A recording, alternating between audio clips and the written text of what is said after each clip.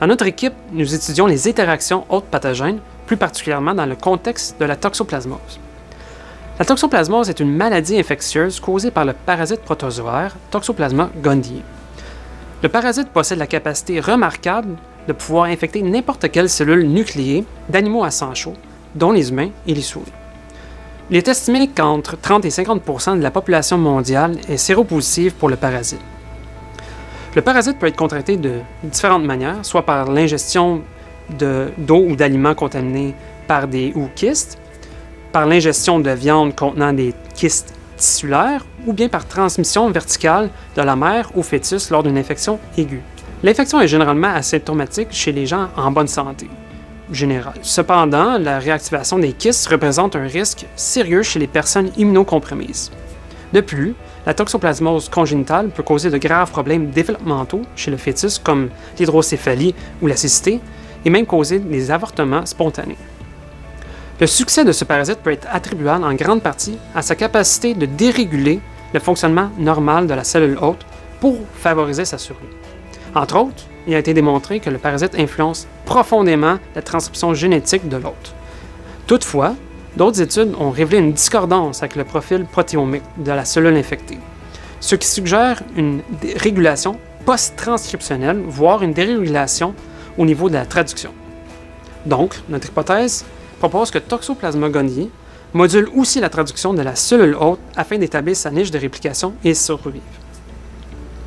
Essentiellement, le contrôle traductionnel est un processus par lequel une cellule peut rapidement altérer son expression protéique suite à un stress ou un changement dans son environnement sans avoir recours à la synthèse de novo d'ARN.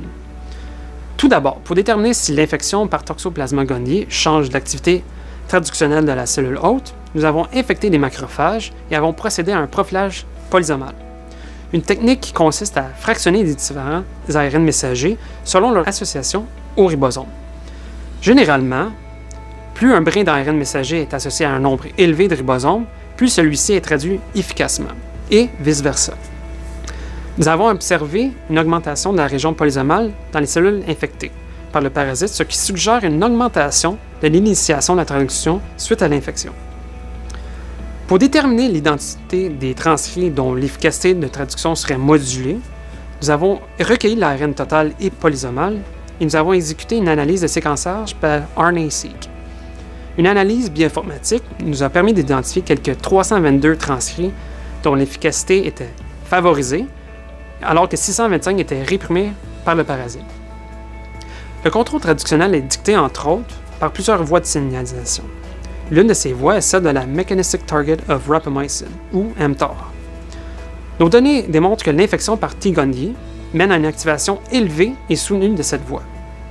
En effet, l'efficacité de traduction de plusieurs des ARN modulés pendant l'infection dépend de l'activité accrue de mTOR. Qui plus est, la réplication du parasite est compromise lorsque mTOR est inhibé suite à des traitements avec des inhibiteurs. Globalement, notre étude démontre que Toxoplasma gondii reprogramme de manière sélective la traduction des ARN messagers de la cellule hôte infectée à son avantage. En effet, les fonctions associées aux protéines encodées semblent favoriser la réplication du parasite et ultimement sa propagation. Pour plus d'informations, je vous invite à consulter nos travaux de recherche récemment publiés dans le journal Infection and Immunity. Vous n'avez simplement qu'à suivre le lien ci-dessous.